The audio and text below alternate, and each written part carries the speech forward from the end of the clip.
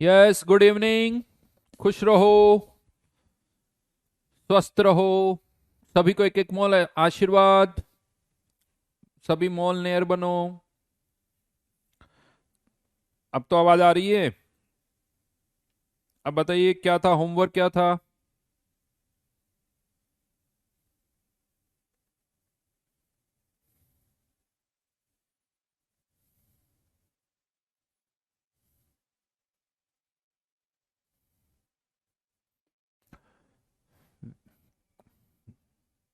मैं एकदम बढ़िया हूं, शानदार। तो शीट में क्या क्वेश्चंस दिए थे, बताओ।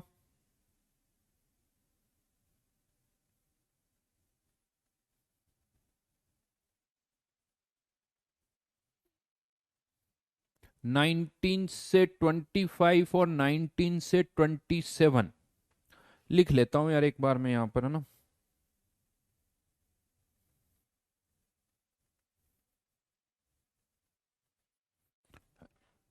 19 से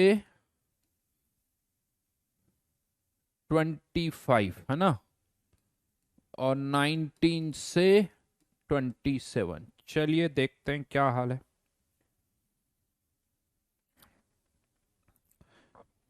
बोलिए, डाउट्स बोलिए।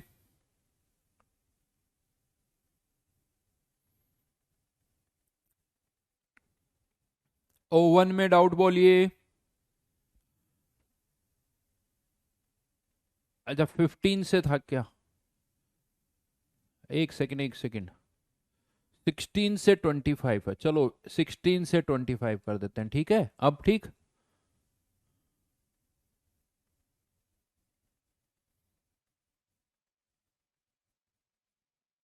हाँ जी, डाउट्स बोलिए जी, डाउट्स बोलिए। O1 में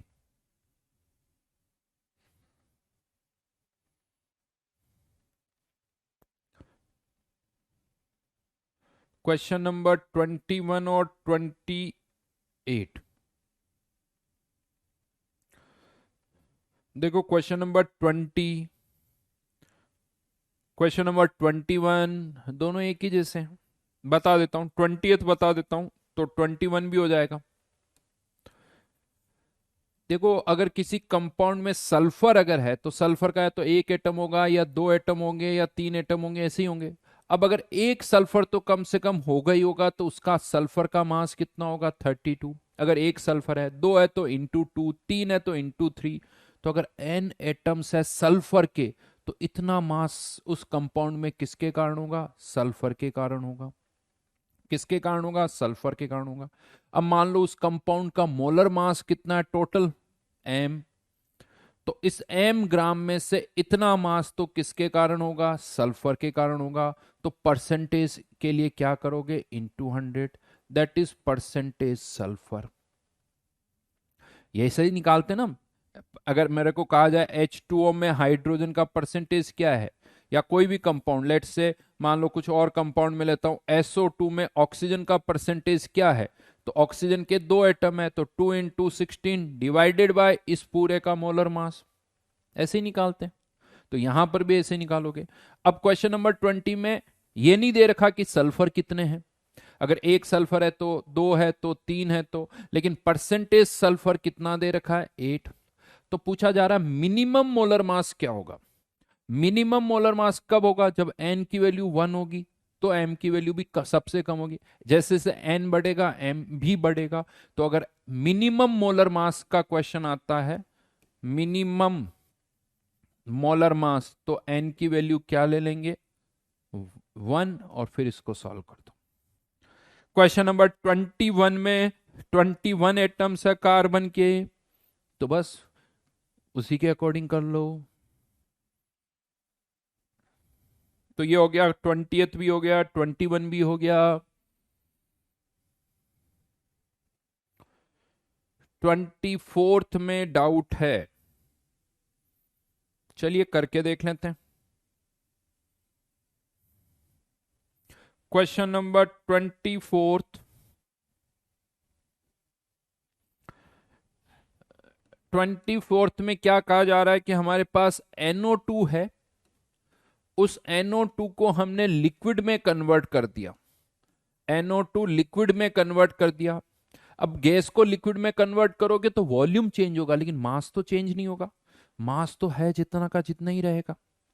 तो यहां पर आपको इस लिक्विड की डेंसिटी दे रखी है, इस लिक्विड की डेंसिटी दे रखी है 1.15 ग्राम पर ml। तो आपको इस लिक्विड का वॉल्यूम बताना है, वॉल्यूम ऑफ लिक्विड। तो वॉल्यूम कैसे निकालेंगे, मास डिवाइडेड बाय डेंसिटी। और मास जो है देखो, जितना लिक्विड का होगा उतना ही तो गैस का होगा, मास तो चेंज होगा नहीं। तो ये मास कितना होगा वो हम यहां से कैसे निकाल सकते हैं, पहले मोल्स निकालो PV upon N R T से, पीवी अपॉन आर टी से निकालो, या फिर दूसरा तरीका एक और, या तो इससे निकालो, या दूसरा तरीका यहाँ 1 एटमॉस्फेयर 273 दे रखा है, उस पर वॉल्यूम कितना है 112 ml। तो डायरेक्ट ऐसे निकाल सकते हो आप, मोलर वॉल्यूम से डिवाइड कर लो, क्योंकि 1 एटमॉस्फेयर 273 पर अगर एक मोल होता, 1 एटमॉस्फेयर है इसलिए एक मोल होता तो 22,400 ml, तो इतने ही ml है, तो यहां से मोल्स आ गए 1/200। इससे नहीं निकाला मैंने, क्योंकि ये डेटा ऑलरेडी दे रखा था, तो मैंने मोलर वॉल्यूम से डिवाइड कर दिया। समझ में आ गई बात, ये मोल्स आ गए। तो मास कितना आ जाएगा, मास कितना आ जाएगा 1/200 इंटू NO2 का मोलिकुलर मास 46, 32 प्लस 14, तो ये मास आ गया। इस मास को यहां ले जाके पुट कर दो, डेंसिटी दे रखी है, आंसर आ जाएगा। भाई क्वेश्चन ही नहीं मिल रहे हैं, अरे बड़ी ऐप पे जाओ, जहां क्लासेस देखते हो वहां ऊपर से लिखा हुआ लाइव क्लासेस नोट्स, वहां नोट्स पर क्लिक करो, आपको हर एक लेक्चर के वो भी मिलेंगे PDF, और ये भी मिलेंगे। बेटा लास्ट जो ये पूछ रहे हैं ना 22,400 कैसे किया, वो लास्ट क्लास के नोट्स देखे। STP पर वॉल्यूम होता है 22.7 लीटर, और 1 एटमॉस्फेयर 273 पर होता है 22.4 लीटर। ये लास्ट क्लास में बता चुका हूं मैं।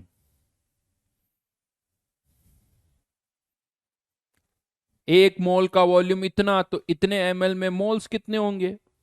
और क्या करेंगे बेटा, और क्या करेंगे, एक मोल का वॉल्यूम,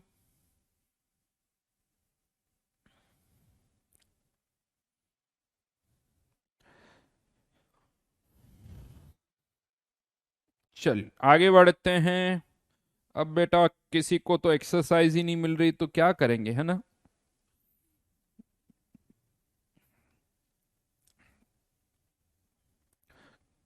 क्वेश्चन नंबर 23 मेरे हिसाब से बता ही चुका हूं, 23 बता चुका हूं। PV इक्वल्स टू NRT लगा दो, चलो एक बार फिर भी बता देता हूं। 23 में एक क्वेश्चन किया था हमने क्लास में, मोलर मास और एटॉमिक मास निकाला था, जहां तक मुझे याद आ रहा है। मोलर मास और एटॉमिक मास क्लास में किया हुआ क्वेश्चन है, फिर भी चलो एक बार लिख देता हूं। PV equals to NRT, N को लिख सकता हूं W/m/RT। तो यहां प्रेशर है 2 एटमॉस्फेयर, वॉल्यूम है 15 लीटर, मास है 80 ग्राम, मोलर मास निकालना है 0.0821 इंटू 300।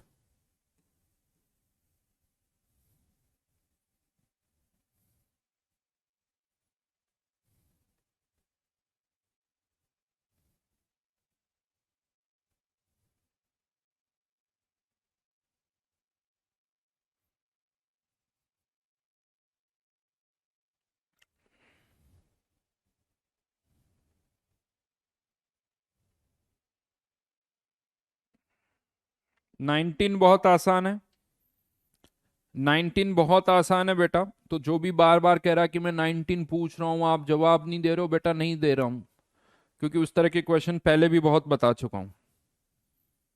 मरकरी वाला एक क्वेश्चन करवाया था, याद है।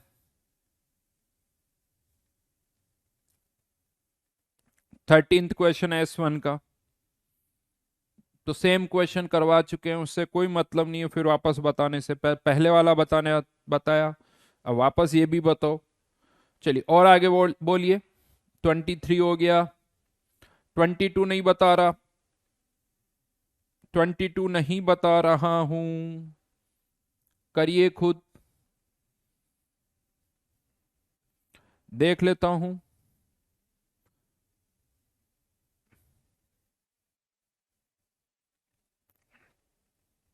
25 में पीवी इक्वल्स टू एनआरटी लगानी है, वो भी बहुत आसान क्वेश्चन है। 25 में पीवी इक्वल्स टू एनआरटी लगा दो, आंसर आ जाएगा। अब वो इतना सा देख लो, अगर हम PV equals to NRT equation ही यार ऊपर लगा हुआ है कि problems related with PV equals to NRT, तो ये तो समझ में आता ना कि क्या दे रखा है, प्रेशर दे रखा है, वॉल्यूम दे रखा है, क्या निकालना, बस और कुछ नहीं बचा उसमें। नहीं भाई बेटा, चलो आगे बढ़ो।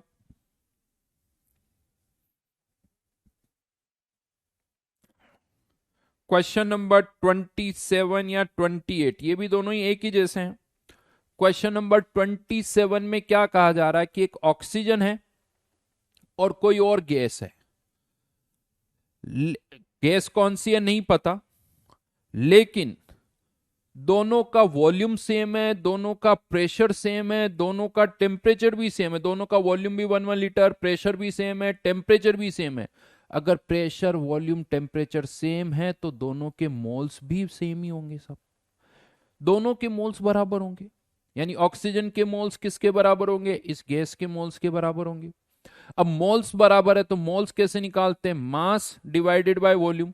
तो यहां कहा जा रहा है कि ऑक्सीजन कितने ग्राम है, 1 ग्राम, तो ऑक्सीजन के मोल्स कितने होंगे, 1/m। और उस गैस का कितना मास है, 2.375। तो ये उसका मोलर मास आ गया, ये ऑक्सीजन का और ये गैस का। ऑक्सीजन का मोलर मास आप सबको पता है कितना होता है, 1/32। तो यहां से उस गैस का मास निकल के आ जाएगा। 25 तक ही दिया था, ठीक है, तो कोई बात नहीं, ये क्वेश्चन आज बता दिया है, ऐसे ही कर लेना। और ऑलमोस्ट इसी तरह से क्वेश्चन 28 भी है, ठीक है। तो ये क्वेश्चन नंबर 27। चलो S1 पर आ जाओ, S1 पर आ जाओ। 19 से लेके 27 तक दिए थे।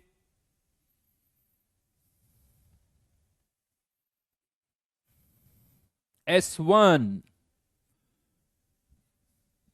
19 में ही डाउट है, बोलो क्या डाउट है। एसटीपी पर है, डायरेक्ट 22.7 यूज करो, खत्म। एसटीपी पर एक मोल का वॉल्यूम पता है 22.7 लीटर, 22.7 लीटर से डिवाइड करते जाओ, अपने आप आंसर आ जाएगा।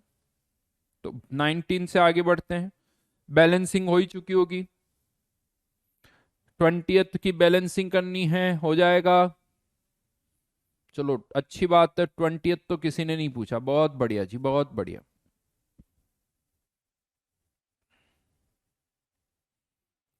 नाइनटीन्थ का कोई भी पार्ट नहीं बता रहा हूं मैं, मीटर क्यूब ml को कन्वर्ट करना सीखो। हाँ जी, 21 में भी डाउट है, 22 में भी डाउट है, 23 में भी डाउट है। हा है। हम्म,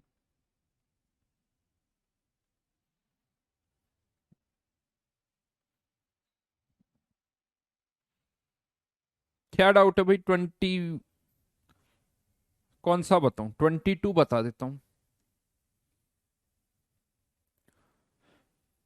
C5H12O is added to gasoline to promote cleaner burning, क्यों होती वो हमें नहीं पता।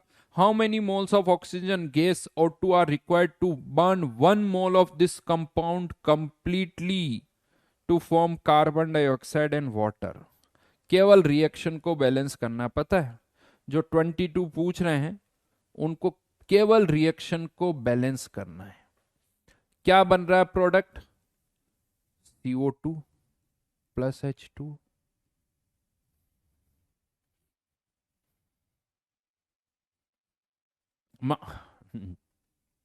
अब यहां पर क्या बैलेंसिंग कर सकते हैं? कार्बन के कितने एटम है? 5। यहां कितना है? 1। तो मल्टीप्लाइड बाय 5,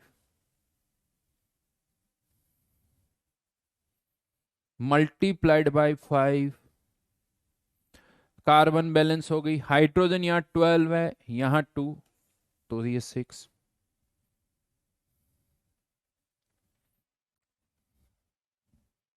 हाइड्रोजन की भी बैलेंसिंग हो गई। अब क्या बचा? ऑक्सीजन। तो ये 10 और 6, 16, लेकिन यहां गड़बड़ होती है। ऑक्सीजन यहाँ कितनी है? 10। यहाँ कितनी है? 6। टोटल 16। एक ऑलरेडी यहाँ है, एक ऑलरेडी यहाँ है, तो यहाँ एक, तो यहाँ कितनी चाहिए? 15। यानी और ये O2 है, तो 15/2 मतलब 7.5।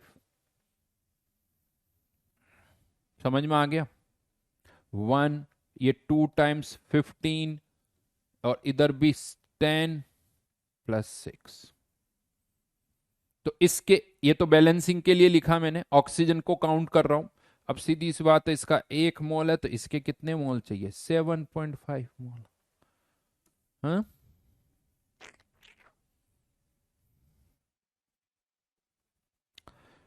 बेटा 21, 22, 23 सब में आपको यही करना है।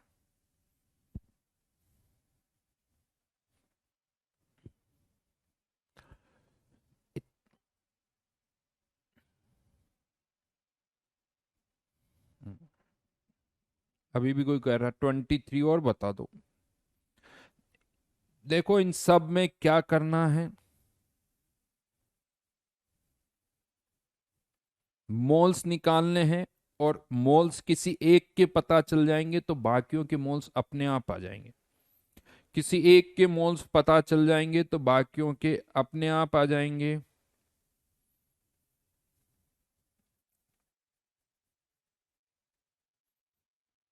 कोई सा भी क्वेश्चन, लेकिन सारे नहीं बता सकता मैं, क्योंकि मुझे लगता है सारे क्वेश्चन एक ही जैसे हैं। कोई सा भी एक पूछ सकते हो जो मैं बता सकता हूं, बाकी मेरे हिसाब से सब एक जैसे हैं। कि इतना प्रोडक्ट बनाने के लिए रिएक्टेंट कितना चाहिए, चाहे आप 23 करवा लो, 24 या 25, सारे नहीं बताऊंगा मैं। 23 बता देता हूं। थोड़ी सी करेक्शन है, ध्यान रखना। 23 में Al4C3 है ना? रिएक्शन में देख लेना, वैसे तो बैलेंसिंग C3 से ही हुई है। 12H2O, 3 times CH4 plus 4 times AlOH whole thrice. यहां छोटा सा करेक्शन है। कितनी मीथेन प्रोड्यूस करनी है? 11.35 लीटर। 11.35 लीटर मीथेन का मोल्स बताओ। इतने लीटर मीथेन के मोल्स क्या होंगे एसटीपी पर? किससे डिवाइड करें? मोल्स ऑफ अगर मीथेन निकालना है तो किससे डिवाइड करें? रवि जी धन्यवाद आपका बहुत बहुत, बस लेकिन यार thank you, love you too. तो 22.7 से, तो ये कितने मोल्स आ गए? Half mole. इसके हाफ मोल यानी 0.5 मोल्स। इसके इतने मोल्स प्रोड्यूस करने के लिए अब आपको इसके कितने चाहिए और इसके कितने चाहिए, जो यूनिटरी लगानी है आपको। तो एल्यूमिनियम कार्बाइड के पूछे हैं, एल्यूमिनियम कार्बाइड के कितने चाहिए? तो 3 के लिए 1, तो इतनों के लिए यानी 1/3 इंटू 0.5। 1 इसका कोफिशिएंट डिवाइडेड बाय 3 इंटू 0.5। ये तो इसके मोल्स आ गए, और मास पूछा तो इसको इसके मोलिकुलर मास से मल्टीप्लाई कर देना। Al4C3 आंसर आ जाए। एक और क्वेश्चन बता देता हूं, 27th लास्ट, 27th क्वेश्चन में अब और बता रहा हूं।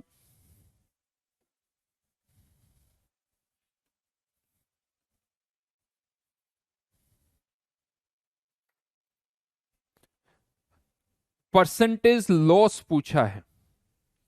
अब यहां पर क्वेश्चन में कुछ भी डेटा नहीं दे रखा। KlO3 कन्वर्टिंग इनटू KCl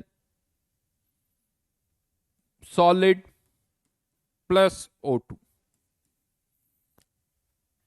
हो क्या रहा है, जब आप इसको हीटअप कर रहे हो ना, जब आप इसे हीटअप करते हो तो ये सॉलिड है, ये सॉलिड है, लेकिन ये ऑक्सीजन है, और ये ऑक्सीजन जो है यहां से इवॉल्व हो जाती, बाहर चली जाती है। यूं मान लो ओपन कंटेनर में कर रहे हैं तो केसीएल को हीटअप किया, तो जिसके कारण ऑक्सीजन बाहर चली गई, तो वेट लॉस होगा। आपसे ये पूछा ये वेट लॉस कितना होगा, तो सबसे पहले तो आप इस रिएक्शन को बैलेंस करो तो इतना। अब मान वेट लॉस कैसे निकालें, तो मान लो ये कितने मोल है, 1 मोल, क्योंकि वेट लॉस परसेंटेज वाइज उतना ही आएगा। तो इसका 1 मोल अगर आपने लिया है, तो 1 मोल से लॉस किसके कारण होगा, ऑक्सीजन के कारण। जब ये पूरा डिकम्पोज हो जाएगा तो ऑक्सीजन के कितने मोल्स बनेंगे, 3/2 मोल्स। 3/2 मोल्स, 3/2 मोल्स ऑक्सीजन का मास कितना होगा, तो 3/2 × 32 यानी 48 ग्राम। कितना, 48 ग्राम, यानी इतनी ऑक्सीजन निकल जाएगी, जो इसके अंदर है सारी बाहर निकल गई। तो लॉस कितना हुआ, तो इसके 1 मोल का मास कितना था, इसके मॉलिक्यूलर मास से मल्टीप्लाई करो, तो 1 × इसका मॉलिक्यूलर मास कितना होता है, 39 + 35.5 + 48, आई थिंक ये कुछ 122.5 आएगा। तो 122.5 ग्राम था, उसमें से 48 ग्राम निकल गया। ये बाकी का कह सकते हो 70, मतलब इसको माइनस करूंगा तो शायद 74 ग्राम के पास आसपास ये बचेगा, 74.5। तो इतने में से इतना लॉस, तो परसेंटेज कैसे निकालोगे, 48 डिवाइडेड बाय 122.5 इंटू 100। बस इतना सा ही करना था आपको। चलिए, तो लास्ट क्लास में आई थिंक यहीं तक किया था हमने।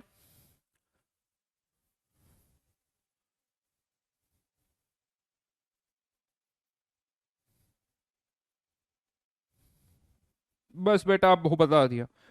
तो एक सेकंड रुको, लास्ट क्लास में हमने लिमिटिंग थोड़ी स्टार्ट किया था, या कर दिया था,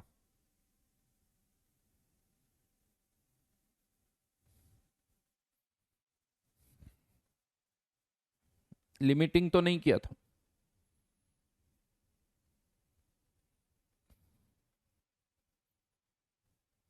हम्म। तो टाइप 1 प्रॉब्लम कर दी थी ना।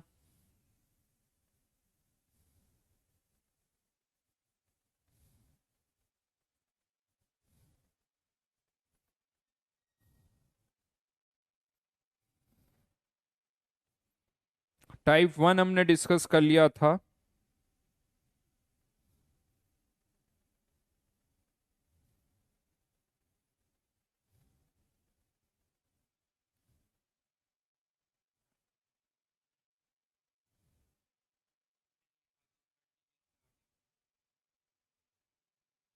जस्ट अ मिनट, मैं भी देख।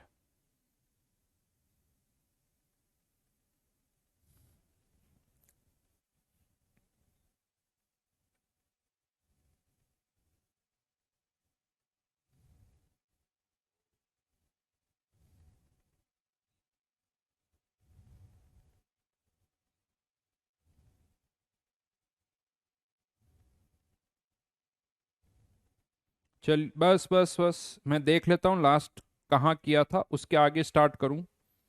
तो मुझे लगता है लास्ट क्लास में मैंने आपको टाइप 1 प्रॉब्लम बता दी थी। बिल्कुल बढ़िया जी। तो अब हम आ जाते हैं टाइप 2 प्रॉब्लम्स पर।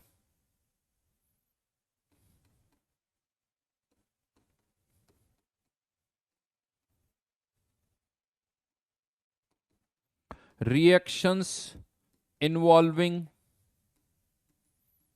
more than one reactant.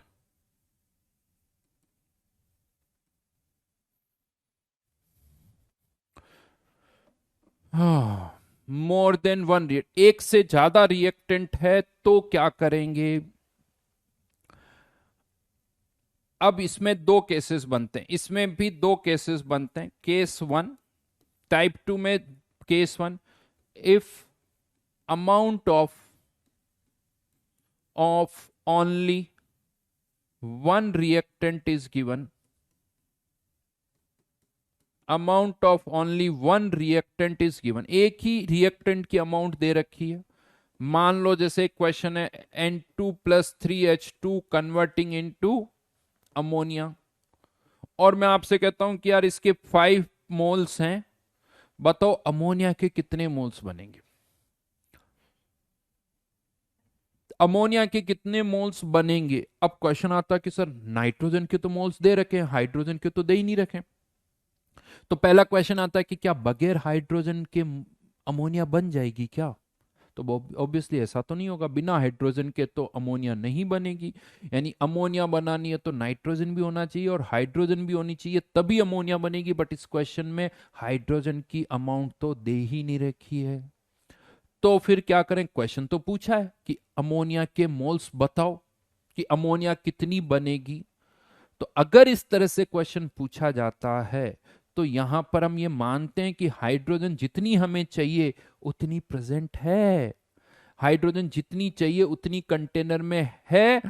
उसके बारे में आप मत सोचो, आप तो ये सोचो कि हाँ अगर ये नाइट्रोजन के 5 मोल रिएक्ट करते हैं तो उससे अमोनिया के कितने बनेंगे। तो कह सकते हो 1 मोल से 2 मोल, तो 5 मोल से अमोनिया के कितने बन जाएंगे, 10 मोल बन जाएंगे। कितने मोल बन जाएंगे, 10 मोल। इसके बारे में कुछ नहीं सोचना है, क्या माना कि हाइड्रोजन है, जितनी चाहिए उतनी या उससे ज्यादा है। तो यहां पर पॉइंट जो है वो ये है कि assume that other reactant is present in sufficient amount, जितनी चाहिए उतनी अमाउंट में वो प्रेजेंट है। यानी यूं कहते हो कि 5 मोल के लिए कितने चाहिए, 15 मोल, तो या तो इसके 15 मोल्स है या उससे भी ज्यादा है, 15 है या उससे भी ज्यादा है। तो यूं कह दो ये तो फिर एक ही रिएक्टेंट का क्वेश्चन हो गया, क्योंकि इसके बारे में तो कुछ सोचना नहीं है। तो अगर इस पर्टिकुलर केस की बात करें तो बस एक ही मानो कि एक ही रिएक्टेंट है, उससे प्रोडक्ट के मोल्स निकाल रहे हैं। तो 2 रिएक्टेंट हो उससे कोई फर्क ही नहीं पड़ा, हमने इसको एक ही रिएक्टेंट की तरह सॉल्व कर लिया। अगर इसके मोल्स दे रखें इसके निकाल सकते हो। ये मान लो कि इसके मोल्स है हमारे पास, समझ में आ गई बात। तो ये वाला पार्ट तो हो गया, कोई प्रॉब्लम ही नहीं है। हाँ प्रॉब्लम कब आएगी, जब दोनों के मोल्स दे रखे होंगे, इसके भी और इसके भी। अब मैं केस 2 पर आ रहा हूं, अब मैं केस 2 पर आ रहा हूं। If amount of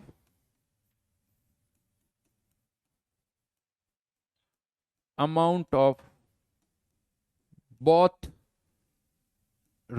amount of all the reactants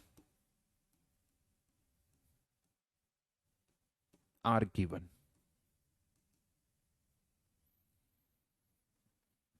amount of all the reactants are given। वापस से N2+3H2 वाला ही एग्जांपल लेते हैं।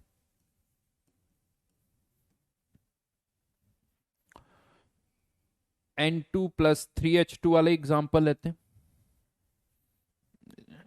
इसको थोड़ा नीचे की तरफ लिख देता हूं। और अब हमें क्या दे रखा है कि इसके 5 मोल है और इसके 9 मोल्स है। इसके मोल्स भी दे रखे हैं, इसके मोल्स भी दे रखे हैं, और पूछा गया कि बताइए अमोनिया के कितने मोल्स प्रोड्यूस होंगे, कितने मोल्स प्रोड्यूस होंगे। तो यहां पर अब सोचो, अगर नाइट्रोजन से अमोनिया के मोल्स निकालते हैं कि नाइट्रोजन के 5 मोल से अमोनिया कितने बनेंगे और हाइड्रोजन से कितने बनेंगे।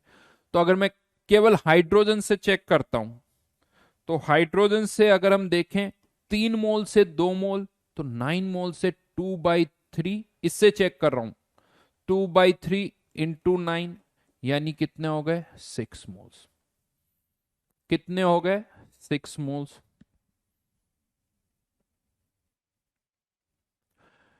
लेकिन यही अगर मैं N2 से चेक करता हूं, N2 से चेक कर रहा हूं, तो इसके 1 मोल से 2 मोल, तो 5 मोल से 10 मोल। यानी हो क्या रहा है, नाइट्रोजन से निकालने पर आंसर अलग आ रहा है, हाइड्रोजन से निकालने से अलग आ रहा है। यानी इसके 5 मोल से देखे तो 10 मोल आ रहे हैं, इसके 9 मोल से 6 मोल्स आ रहे हैं, तो कौन सा आंसर सही है? यहां मामला फंस गया, क्योंकि इससे आंसर अलग आ रहा है, इससे आंसर अलग आ रहा है। ऐसा क्यों हो रहा है? ऐसा इसलिए हो रहा है क्योंकि यहां पर जब मैं बोल रहा हूं कि इसके 5 मोल से इसके कितने मोल बनेंगे, तो ये तब 10 मोल बनेंगे जब इसके 5 मोल पूरे रिएक्ट कर जाएंगे। यानी 5 से 10 तब बनेंगे जब इसके 5 मोल पूरे रिएक्ट करेंगे। इसके 9 से 6 तब बनेंगे जब इसके 9 मोल्स पूरे रिएक्ट कर जाएंगे। क्वेश्चन ये आता है कि क्या इसके 5 मोल पूरे रिएक्ट कर रहे हैं या नहीं कर रहे हैं, क्या इसके 9 मोल्स पूरे रिएक्ट कर रहे हैं या नहीं कर रहे हैं। अब हो क्या रहा है, अगर इसके 5 मोल पूरे रिएक्ट करते हैं तो उसके लिए हाइड्रोजन कितनी चाहिए, सोचो। 1 मोल के लिए 3 मोल हाइड्रोजन चाहिए, तो 5 मोल के लिए 15 मोल्स, 15 मोल हाइड्रोजन चाहिए। क्या हमारे पास यहां 15 मोल हाइड्रोजन है ही नहीं भाई, है ही नहीं। 15 मोल हाइड्रोजन के तो है ही नहीं यहां पर, तो इसके ये 5 मोल पूरे रिएक्ट ही नहीं करेंगे। यानी ये पूरे रिएक्ट ही नहीं करेंगे, तो अगर 5 मोल रिएक्ट नहीं करेंगे तो इसके 10 मोल नहीं बनेंगे। तो यहां पर क्या हो रहा है कि हाइड्रोजन, ये जो नाइट्रोजन है, ये इसके मोल्स पूरे रिएक्ट कर ही नहीं रहे हैं, क्योंकि इसके 5 मोल के लिए इसके 15 मोल चाहिए, तो ये पूरे रिएक्ट नहीं कर रहे हैं। इसका मतलब ये जो नाइट्रोजन आप यहां देख रहे हो, ये एक्सेस अमाउंट में है, जितनी चाहिए उससे ज्यादा है। और ये जो हाइड्रोजन है, ये कह दो ये कम अमाउंट में है, यानी इसे हम बोलते हैं लिमिटिंग अमाउंट में है। इसे हम बोलते हैं कि ये लिमिटिंग अमाउंट में है। और जो कम अमाउंट में होता है वो पूरा रिएक्ट करता है, ये पूरा रिएक्ट नहीं करेगा, ये बच जाएगा, लेकिन ये तो पूरा रिएक्ट करेगा। ये लिमिटिंग अमाउंट में है, ये बच जाएगा, तो इसको बोला जाता है लिमिटिंग रिएक्टेंट, LR। इसको बोला जाता है लिमिटिंग रिएक्टेंट, जो पूरा रिएक्ट करेगा, विच रिएक्ट्स कंप्लीटली, विच रिएक्ट्स कंप्लीटली, जो खत्म हो जाएगा, फाइनली जीरो हो जाएगा, उसे बोला जाता है लिमिटिंग रिएक्टेंट। और ये क्या है, एक्सेस अमाउंट में, यानी ये कुछ ना कुछ तो बच जाएगा। कितना बचेगा वो भी हम कैलकुलेट कर सकते हैं। तो अब यहां पर प्रोडक्ट की अमाउंट जो आप डिसाइड करोगे, वो हमेशा किससे डिसाइड करोगे, LR से करोगे। प्रोडक्ट की अमाउंट किससे डिसाइड करोगे, LR, यानी लिमिटिंग से। यानी ये गलत आंसर हो जाएगा। सही आंसर क्या होगा, ये होगा। सही आंसर क्या होगा कि लिमिटिंग से, क्योंकि जब मैं बोल रहा हूं इसके 9 मोल्स, हाँ ये पूरे रिएक्ट कर जाएंगे, तो इससे इसके कितने बनेंगे, 6 मोल, राइट। ये आप कह सकते, और इसके कुछ मोल्स बच जाएंगे, कितने मोल्स बचेंगे वो भी अभी हम निकालेंगे। देखो, मैं ये तो एग्जाम्पल बताया ही है, अभी लिमिटिंग कैसे निकालना है उसके और भी तरीके बताऊंगा, लेकिन इसको एक सिंपल से दूसरे एग्जाम्पल से समझते हैं। एक डाइनिंग टेबल जब आपको बनानी होती ना, तो नॉर्मली एक डाइनिंग टेबल में हम कहते हैं कि एक टेबल 6 चेयर से एक डाइनिंग टेबल बन जाती है, यही होता है। अभी ये मत कहना सर 8 सीटर भी होती है, 10 सीटर भी होती है, तो वो तो कुछ भी हो सकती है। तो एक डाइनिंग टेबल के लिए एक टेबल 6 चेयर चाहिए। अब अगर मैं आपसे कह दूं कि मेरे पास 30 टेबल्स हैं और 150 चेयर्स हैं साहब, 30 टेबल्स 150 चेयर्स, तो कितनी डाइनिंग टेबल बना लोगे आप? अभी बहुत सारे एग्जाम्पल लूंगा, चिंता मत करो।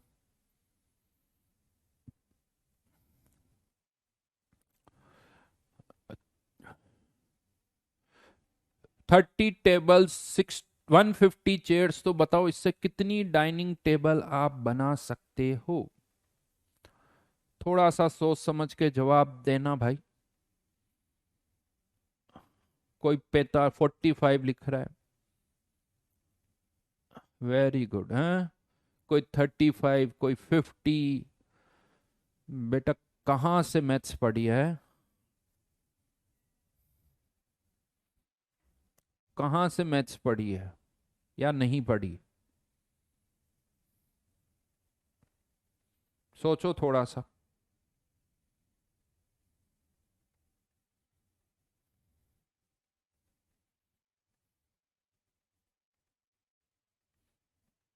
Anikesh, you have impacted the lives of many like me, बहुत बड़े। कोई कह रहा 5। बेटा क्या ये 30 टेबल्स पूरी काम आ जाएगी? एक टेबल के साथ चाहिए 6 चेयर्स, तो 30 टेबल्स के साथ चाहिए 180 चेयर्स। 30 टेबल्स के साथ चाहिए 180 चेयर्स। क्या हमारे पास 180 चेयर्स हैं? नहीं है। 180 चेयर्स नहीं है। इसका मतलब ये जो है चेयर्स राइट नाउ क्या है? लिमिटिंग रिएक्टेंट हो गया। ये जो चेयर है वो राइट नाउ लिमिटिंग रिएक्टेंट है। ये एक्सेस में है, ये एक्सेस में है। ये पूरी काम नहीं आ पाएगी, बच जाएगी, क्योंकि 150 चेयर के साथ केवल 25 टेबल ही यूज होगी। 25 टेबल ही यूज हो पाएगी, बाकी की 5 टेबल नहीं यूज होगी। तो 25 टेबल के साथ 150 चेयर्स, और 25 टेबल से ये कितना बनेगा? 25 डाइनिंग टेबल। समझ में आ रही मेरी बात? ये लिमिटिंग है। अब आप यूं कह सकते हो कि प्रोडक्ट की अमाउंट इससे डिसाइड करो, तो 6 चेयर से एक डाइनिंग टेबल, तो ये 0 हो जाएगा। 150 से 1/6 इंटू 150 यानी 25, यानी 25। तो इतनी डाइनिंग टेबल बनेगी। ये खत्म हो गई, चेयर्स खत्म हो गई, क्योंकि ये लिमिटिंग है। ये बचेगी, कितनी बचेगी? 30 में से यूज कितनी आ रही है? यूज कितनी आएगी? 150 चेयर के साथ एक, 6 चेयर के साथ एक टेबल, 6 चेयर के साथ एक टेबल, तो एक चेयर के साथ 1/6 टेबल्स, तो 150 के साथ इस तरह से 150 टेबल के चेयर्स के साथ इतनी टेबल्स, यानी ये हो जाता है 25, ये 30, तो ये 5, यानी 5 टेबल किसी काम की नहीं। 5 टेबल एक्सेस में है।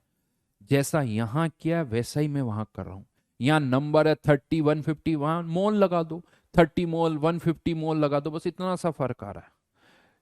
चाहो तो डजन लगा दो, 30 डजन, 150 डजन, अप्रोच यही रहेगी, अप्रोच यही रहेगी। सबके टेस्ट भी होंगे बेटा आपके, सब अनाउंस हो जाएगा। अभी इस पर फोकस करो, जब क्लास चल रही है, तो जब क्लास चल रही तो क्लास की बात करें। टेस्ट भी होंगे, सब कब होगा उसका भी पहले से टाइम पता चल जाएगा। तो यहां पर 5 टेबल्स जो है वो बच गई। तो यही चीज मैं आपको वहां पर भी समझा रहा हूं, जो यहां किया वो वहां पर समझा रहा हूं। वापस यहां आ जाते हैं कि यहां पर क्या हो रहा है कि 9 मोल्स जो हैं वो पूरे रिएक्ट करेंगे, ये पूरा कंज्यूम हो जाएगा।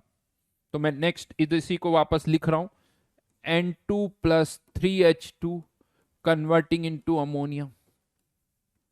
तो इसके 9 मोल्स हैं, इसके 5 मोल है, ये 0 हो जाएगा। क्यों? क्योंकि ये लिमिटिंग है साहब।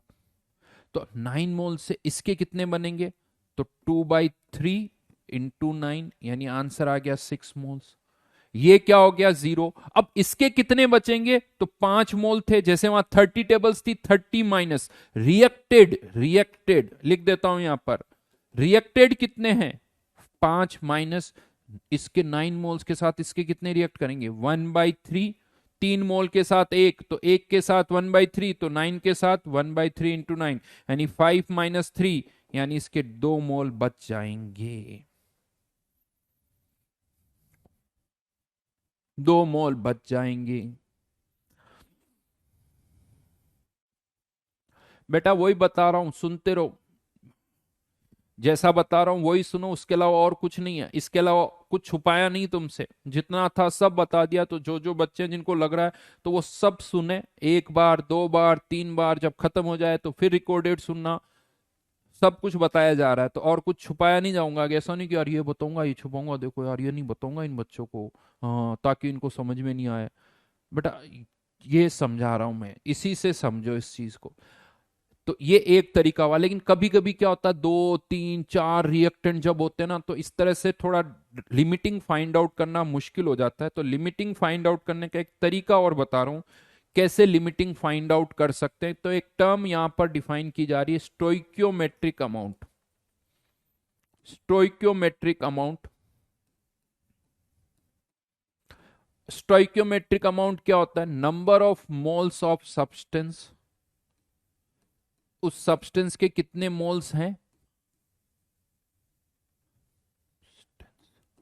Divided by स्टोइक्योमेट्रिक coefficient. स्टोइक्योमेट्रिक कोफिशिएंट, इसे हम कहते हैं स्टोइक्योमेट्रिक अमाउंट। और जिसकी स्टोइक्योमेट्रिक अमाउंट सबसे कम होगी वो लिमिटिंग होगा। यानी नोट करके लिख लो, substance with substance having minimum stoichiometric amount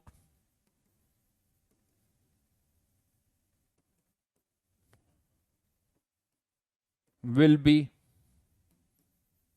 LR, limiting reactant will be LR।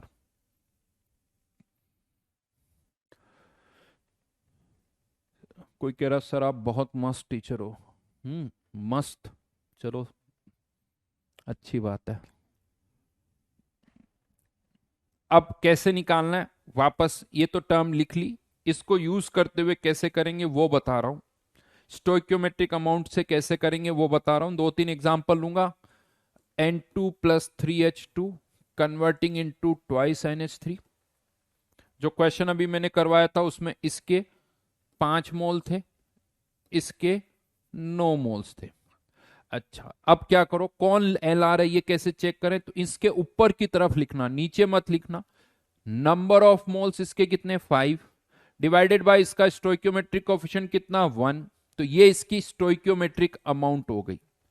इसकी स्टोइक्योमेट्रिक अमाउंट क्या हो गई? 9 डिवाइडेड बाय 3, 9 डिवाइडेड बाय 3, ये इसकी स्टोइक्योमेट्रिक अमाउंट हो गई। तो ये वैल्यू कितनी आई 3, ये वैल्यू कितनी आई 5। किसकी स्टोइक्योमेट्रिक अमाउंट कम है? हाइड्रोजन की। तो ये हाइड्रोजन क्या हो गया? LR। और ये क्या हो गया? एक्सेस में। जो एक्सेस में है वो बच जाएगा, जो LR है वो खत्म हो जाएगा, जो LR है वो खत्म हो जाएगा। प्रोडक्ट के मोल्स हमेशा किससे डिसाइड करोगे? LR से। तो ये LR है, तो इसके 9 मोल से इसके कितने बनेंगे? 2/3 × 9, यानी आंसर इज 6। यानी फाइनली इसके 6, ये फाइनली 0, इसके 6, हाँ ये बचेगा। कितना बचेगा? लिए कितने थे वो लिखो, माइनस क्या लिखो? रिएक्टेड। रिएक्टेड कितने हैं? तो 5 - 1/3 × 9। इसके 3 मोल के साथ 1, तो 1 के साथ 1/3, तो 9 के साथ 1/3 × 9, तो 5 - 3 = 2।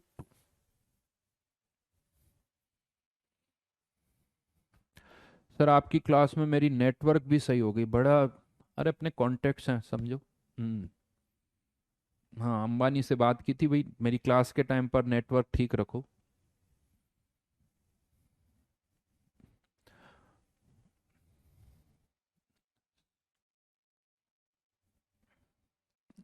राइट, एक और क्वेश्चन दे रहा हूं अब आपको यहां।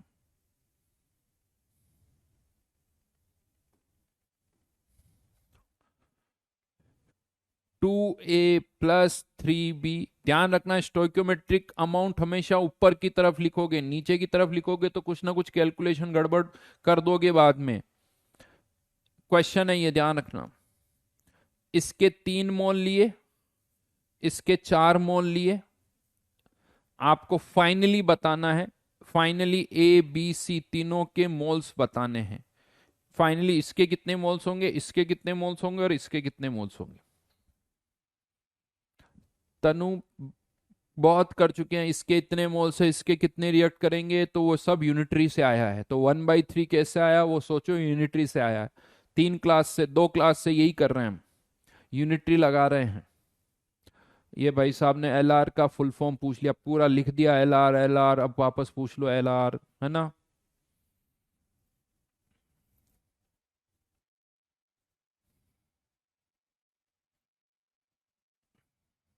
यहाँ जो लिखा था वो नहीं दिखा ना, ये नहीं दिखा था ना तुम्हें, ये यहाँ लिखा हुआ है जो लिमिटिंग रिएक्टेंट, लेकिन पूछो एल आर क्या है। एल ओ एल का मतलब पता चल जाएगा, वो कोई नहीं बताएगा तब भी पता है, लेकिन यहाँ जो लिखा हुआ है वो नहीं पता चलेगा। एल ओ एल क्या होता है पता नहीं, ऐसे और कितने word, ji O A T क्या होता है, और भी कुछ भी पता होगा, लेकिन एल यहाँ जो लिख रहा हूं वो नहीं पता होगा।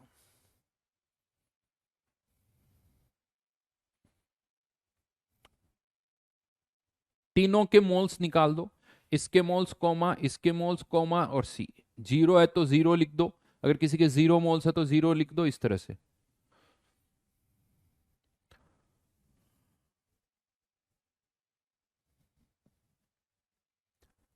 इसके बचे हुए मोल्स, क्योंकि बी लिमिटिंग है, ये बिल्कुल सही कहा, यहां पर भी बी लिमिटिंग है, तो इसके बचे हुए मोल्स, इसके तो जीरो हो जाएंगे, इसके कितने बनेंगे वो लिख दो।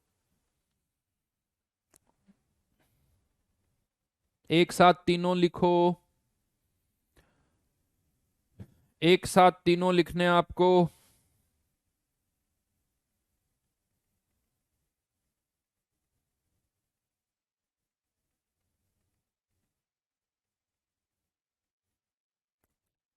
पहले इसके, फिर इसके, फिर इसके।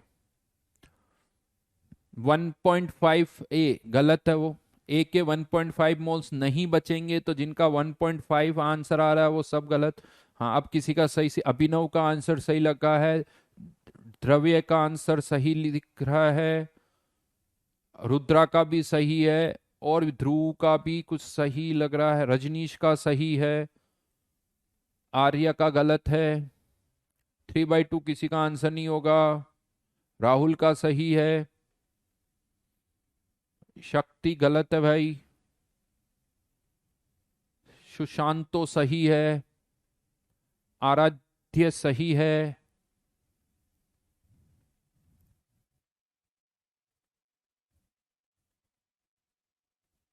औरों के भी, बहुतों के सही है, कुछ के नाम मैं पढ़ पा रहा हूं लेकिन बहुतों के गलत भी आ रहे हैं। चलिए फिर से करते हैं, क्या करें सबसे पहले, स्टोइक्योमेट्रिक अमाउंट। इसके मोल्स है 3, इसका स्टोइक्योमेट्रिक कोफिशिएंट है 2, तो ये वैल्यू आ गई 1.5। इसके मोल्स है 4, इसका कोफिशिएंट है 3, तो ये आ गया 1.33। किसकी स्टोइक्योमेट्रिक अमाउंट कम है, बी की, तो बी क्या हो गया, एल आर, यानी इसकी फाइनल अमाउंट तो क्या हो गई, 0। सी की अमाउंट किससे निकालेंगे, बी से, तो इसके 3 मोल से 1 मोल, तो 1 मोल से 1/3, ऐसे बहुत बार करवा चुका हूं। इसका कोफिशिएंट 1 डिवाइडेड बाय 3 इंटू 4, तो इसके फाइनली मोल्स आ गए 4/3। क्या ये पूरा रिएक्ट कर जाएगा, नहीं करेगा, क्यों नहीं, क्योंकि ये एक्सेस में है, क्योंकि ये लिमिटिंग है। तो इसके कितने मोल्स बचेंगे, तो 3 है माइनस रिएक्टेड।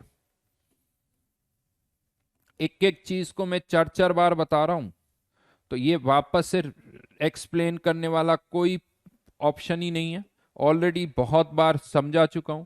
तो इसके अब यूनिटरी, 3 के साथ 2, तो 1 के साथ 2/3, तो 4 के साथ 2/3 इंटू 4, यानी 3 माइनस 8/3, यानी 1/3। तो फाइनली इसके 1/3, इसके 0 और इसके 4/3। इससे ज्यादा कुछ एक्सप्लेन करने के लिए नहीं है बेटा। चलो एक और क्वेश्चन आप लोगों को दे देता हूं, वैसा ही है, वहां 2 रिएक्टेंट थे, यहां 3 हो गए, 4A plus 2B plus 3C converting into A4B2C3। जल्दी से बताओ आंसर क्या आएगा।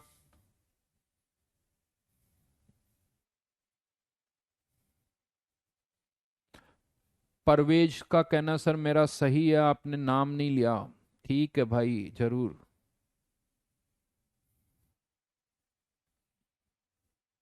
वापस से देखना 4 कैसे आया, कौन सा 4, आई डोंट नो। अच्छा, इस क्वेश्चन का आंसर भी आ गया, निशांत का तो इस क्वेश्चन का आंसर भी आ गया, पीयूष का भी आ गया, तनु बार बार लिखने से काम नहीं चलेगा, और जब ऐसे लिखोगे तो फिर मैं आपके किसी और क्वेश्चन का भी जवाब नहीं दूंगा। वापस देखना।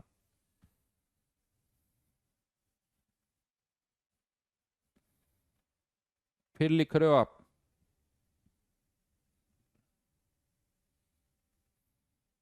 बिल्कुल सही।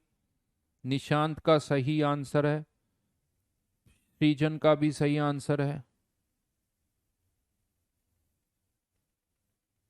पृथ्वी, एक बार देखो। किसको? पृथ्वी को? उसके लिए तो स्पेस में जाना पड़ेगा ना, पृथ्वी को देखने के लिए तो। हम्म। वो टिकट बुक करवा दो यार, वो ले जाता है। इलॉन मस्क या कौन, अमेजोन वाला, जॉफ बेजोस। लेकिन बड़ा महंगा है वो। स्पेस में घुमाता तो है वो। उसका टिकट बुक करवा लो, फिर देख लूंगा मैं तुम्हें, पृथ्वी को।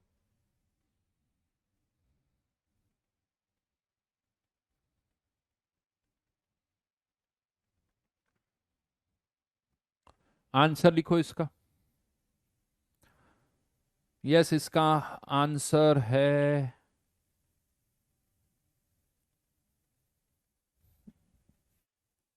कैलकाटा।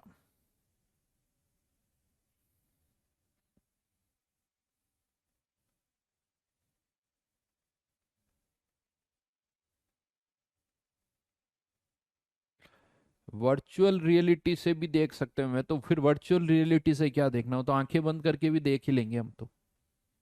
फिर तो आंखें बंद करके तो सब देख लेते हैं हम। अब देखो बेटा, बहुत सारी बातें मैं समझा चुका हूँ। उसको एक बार बोलूं या दो बार या 10 बार, उससे ज़्यादा अच्छा है कि आप रिकॉर्डेड लेक्चर को वापस से देखो। That is the beauty of online classes की, जो है चीज़ वापस आप रिकॉर्डेड देख भी सकते हो। हाँ, लेकिन इसका कभी कभी गलत फायदा भी उठाता है। अरे कोई नहीं समझ में आ रहा, बाद में देख लूंगा, नहीं समझ में आ रहा, बाद में देख लूंगा, तो उससे क्या होता है कि एफिशिएंसी डाउन हो जाती है। तो एडवांटेज भी है तो साथ में डिसएडवांटेज भी है। ऑफलाइन में जब बच्चा यही पढ़ता तो एक ही बार में ढंग से सुनता, उसे पता कि यार अगर कहीं चूक गए तो फिर नहीं पता चलेगा, तो वो ढंग से सुनता है। लेकिन चूक गए तो फिर वहां चूक गए, मुश्किल होती है। आपके साथ एक अच्छी बात है कि रिकॉर्डेड देख सकते हो आप, लेकिन उसमें एफिशिएंसी टाइम खराब नहीं हो, तो वो एफिशिएंसी को मेंटेन करो। तो यहां पर वापस से तरीका वही मेरा। सबसे पहले इसके कितने मोल्स हैं? 2 मोल। इसके कितने? 1.2। इसके कितने? 1.4। स्टोइक्योमेट्रिक अमाउंट निकालें तो 2/4 यानी 0.5। 1.2 डिवाइडेड बाई 2, 0.6। और 1.44 डिवाइडेड बाई 3, 0.48। सबसे कम स्टोइक्योमेट्रिक अमाउंट किसकी है? 0.48। तो ये हमारा क्या हो गया? LR। ये पता नहीं 1.58 कहां से आ रहा है, राम जाने। तो यानी प्रोडक्ट की अमाउंट किससे डिसाइड होगी? LR से। तो इसके 3 मोल से 1 मोल, तो यहां पर अब सॉल्व कर लो। 1/3 इंटू 1.44, 1.44/3 यानी वही 0.48 आंसर।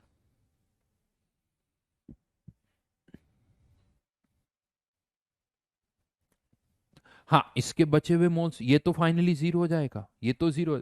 इसके बचे हुए मोल्स कैसे निकालें? 2 माइनस, अब रिएक्ट कितने करेंगे? सी से के अगर 1.44 रिएक्ट करें तो इसके कितने रिएक्ट करेंगे? यूनिटरी लगा रहा हूं, इसको इससे रिलेट कर रहा हूं। तो 3 मोल के साथ 4, तो एक के साथ 4/3, तो 1.44 के साथ इतना। इसको सॉल्व करो, ये 2 - 1.92 आ जाएगा, यानी 0.08। इसके बचे हुए मोल्स निकालो। अच्छा, किसी ने निकाल भी दिया, बहुत बढ़िया। राहुल ने निकाल भी दिया, राहुल ने निकाल दिया। और किसने निकाला? इसके भी बचे हुए मोल्स बता दो बेटा। बस एक बार लिखो राहुल, बार बार मत लिखो।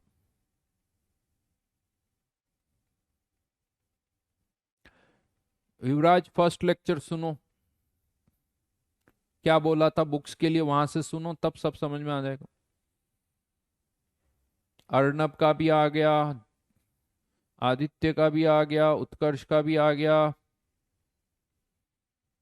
बहुत बढ़िया।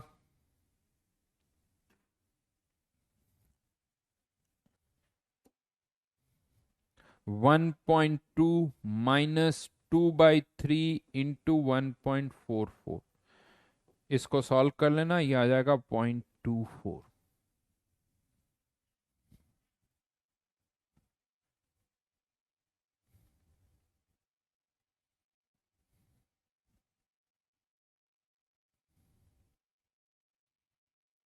ठीक है।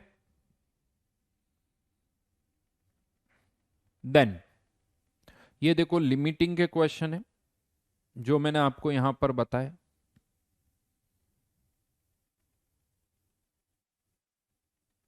इसी में एक क्वेश्चन और दे रहा हूं अब आपको, थोड़ा सोचना उस पर।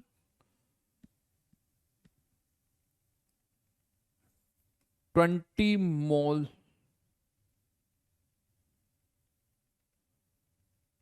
mixture of lithium and oxygen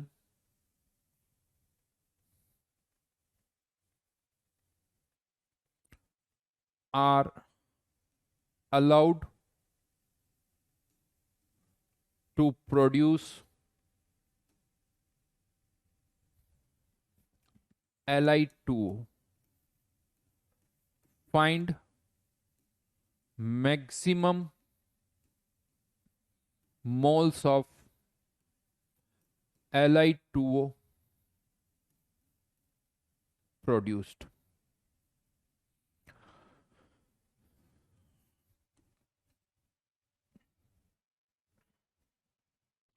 maximum moles of Li2O produced, यानी मिक्सचर में क्या है, लिथियम और ऑक्सीजन, टोटल 20 मोल है। अब लिथियम के कितने नहीं पता, ऑक्सीजन के कितने नहीं पता, लेकिन ये दोनों जब रिएक्ट करते हैं तो क्या बनता है, Li2।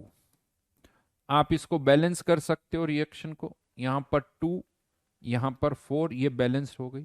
अब आपको ये बताना है कि इस 20 मोल मिक्सचर से, 20 मोल मिक्सचर से मैक्सिमम कितने मोल Li2O बन सकता है।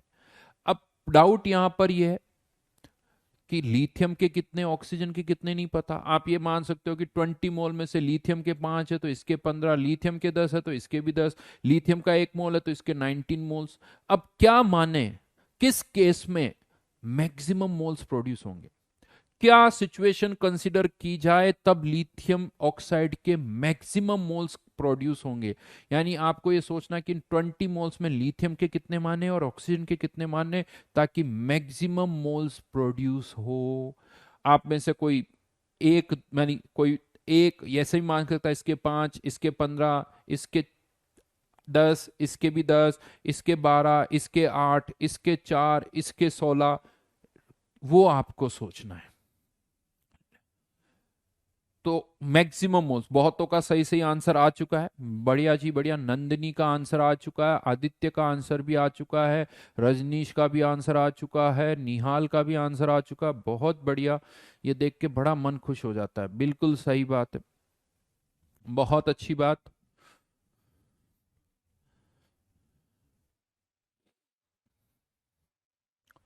बहुत बढ़िया जी, बहुत बढ़िया।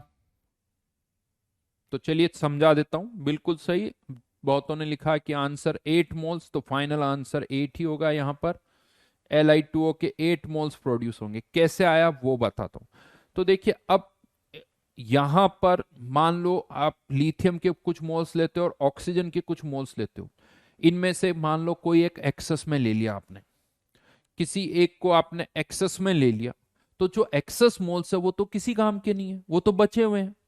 मान लो अगर ऑक्सीजन एक्सेस में, तो उसके जो एक्स्ट्रा मोल्स बचे हुए हैं वो किसी काम के लिए नहीं है। तो अच्छा क्या है कि ऑक्सीजन के मोल्स एक्सेस में क्यों लें, उसके मोल्स थोड़े कम कर दो और जो कम है उसके मोल्स थोड़े बढ़ा दो। यानी मैक्सिमम प्रोडक्टिविटी कब आएगी, जब कि इन दोनों के किसी के भी मोल्स नहीं बचने चाहिए। ना तो इसके मोल्स बचे ना इसके मोल्स बचे, क्योंकि अगर किसी के भी मोल्स बच रहे हैं तो वो मोल्स तो फालतू के हो गए, वो मोल्स तो फालतू हो गए। तो अब हमें ये देखना है कि दोनों के मोल्स पूरे रिएक्ट कर जाने चाहिए। पूरा रिएक्ट करने की कंडीशन क्या है? तो दो सब्सटेंस के पूरे रिएक्ट करने की कंडीशन ये है कि उनके मोल्स उनके स्टोइक्योमेट्रिक कोफिशिएंट के रेशियो में होने चाहिए। यानी किस रेशियो में होने चाहिए? 4:1 के रेशियो में। अगर इस रेशियो में है तो वो पूरे रिएक्ट कर जाएंगे, क्योंकि इसके 4 मोल, इसका 1 मोल रिएक्ट कर जाएगा, 8 मोल के साथ 2 मोल रिएक्ट करेंगे, 12 मोल के साथ 3 मोल रिएक्ट करेंगे। तो अगर मोल्स ही इसी रेशियो में तो ना तो लिथियम बचेगा ना ऑक्सीजन बचेगी, वो पूरे रिएक्ट कर जाएंगे, वो पूरे के पूरे रिएक्ट कर जाएंगे। उस केस में दोनों में से कोई लिमिटिंग नहीं होगा, कोई एक्सेस में नहीं होगा, ना तो ये लिमिटिंग है ना ये लिमिटिंग है, दोनों पूरे रिएक्ट कर जाएंगे। और तब ऑब्वियसली बात है प्रोडक्ट जो बनेगा वो सबसे ज्यादा होगा। तो यहां पर भी हमें इन 20 मोल्स को इसी रेशियो में डिवाइड करना है, 20 मोल्स को इसी रेशियो में डिवाइड करना है। किस रेशियो में? 4:1। कैसे होगा? 4:1 की बात करें तो 20 मोल्स है, यानी इसके 4 मोल और इसके 16 मोल। तो हमने मान लिया 4:1 है, इसीलिए इसके 16 मोल्स और इसके 4 मोल्स, 16 और 4, इस इतने मोल्स इसके, इसके इतने। अब इस बार आप स्टोइक्योमेट्रिक अमाउंट निकालोगे ना, तो इसके बाद स्टोइक्योमेट्रिक अमाउंट उतनी आएगी, इसकी भी स्टोइक्योमेट्रिक अमाउंट उतनी आएगी, दोनों की बराबर आएगी, क्योंकि दोनों ही पूरे रिएक्ट कर जाएंगे। यानी ये भी फाइनली जीरो, ये भी फाइनली जीरो। प्रोडक्ट के मोल्स चाहे तो ऑक्सीजन से निकालो, प्रोडक्ट के मोल्स चाहो तो लिथियम से निकालो, आंसर दोनों से वही आएगा। 1 मोल से 2 मोल तो 4 मोल से 8 मोल, और इससे भी निकालोगे 4 से 2 तो 1 से आधा, तो 16 से 8, दोनों से आंसर यही आएगा।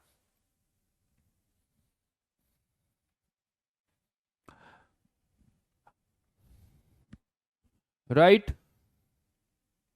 और मेरे हिसाब से रेशियो में डिवाइड करना तो आता है, 8th 9th 10th 6th 7th class से रेशियो और ये पढ़ते हो। अगर 4:1 के रेशियो में किसी को डिवाइड करना है, आपके पास मान लो 1 लाख रुपए हैं और आपको कोई कहे कि इसको 4:1 के रेशियो में डिवाइड करो, तो कैसे होगा? वो आना चाहिए। 100 रुपए है तो 4:1 के रेशियो में, अभी कोई पूछा 16 और 4 कैसे हुआ, मतलब मैं रेशियो प्रपोर्शन मैथ्स तो पढ़ी नहीं है, नहीं? हाँ बेटा, ratio 9th 8th 9th 10th में कुछ बुक्स थी क्या मैथ्स की? पढ़ा उसको कि कैसे रेशियो में डिवाइड करते हैं? तुम्हारे पास 10 मैंगो है, उसको 4:1 में डिवाइड करना आता है या नहीं आता है?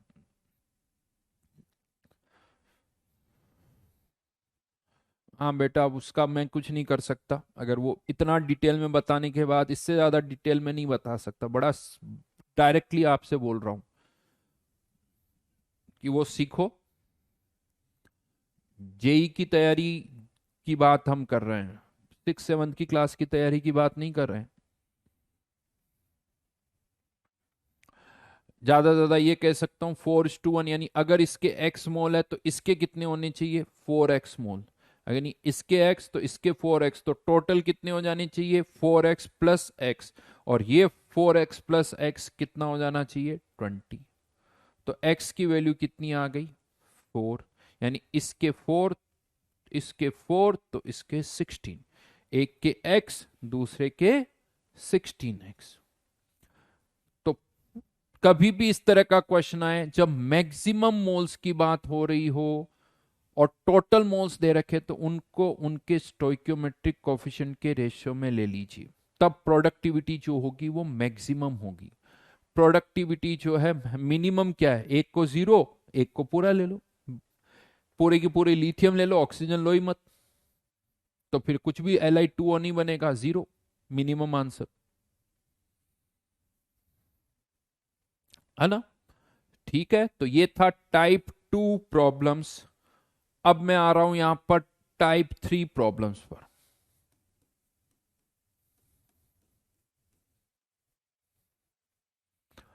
Problems related with mixture.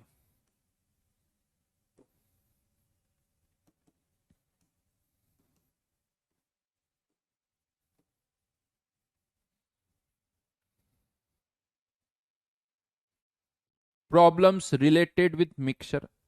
अब अभी तक क्या हो रहा था, एक क्वेश्चन ऐसे आता था कि इसके ए मोल्स है, ए के साथ सी रिएक्ट कर रहा है, सी के मोल्स पता तो बताओ ए के कितने रिएक्ट करेंगे, ए के पता तो सी के कितने रिएक्ट करेंगे, और फाइनल कोई प्रोडक्ट बन रहा है तो इसके कितने मोल्स बनेंगे। इस तरह के क्वेश्चंस किए, किसी एक के मोल्स पता तो दूसरे के। अब हम क्या कर रहे हैं, हमारे पास एक मिक्सचर है जिसमें ए और बी दोनों है। इस मिक्सचर में ए और बी दोनों हैं, इन दोनों का क्या है, एक मिक्सचर है। और अब इस मिक्सचर को हम किसी और सब्सटेंस सी के साथ रिएक्ट करवा रहे हैं। अब यहां तीन केसेस बनते हैं, यहां तीन केसेस बनते हैं। एक केस सी केवल इस ए के साथ रिएक्ट करे, दूसरा सी केवल बी के साथ करे, क्योंकि वो मिक्सचर में किसी एक कंपोनेंट के साथ भी रिएक्ट कर सकता है।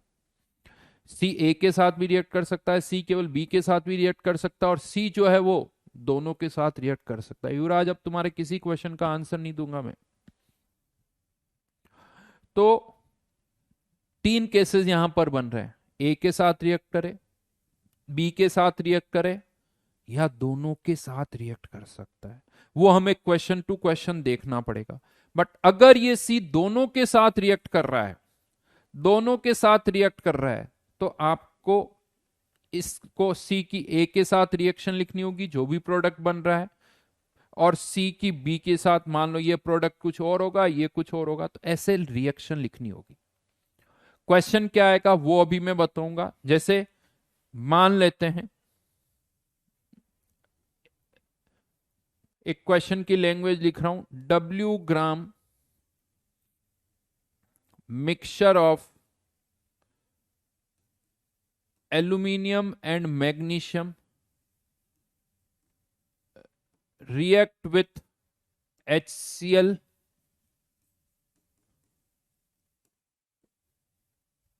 to produce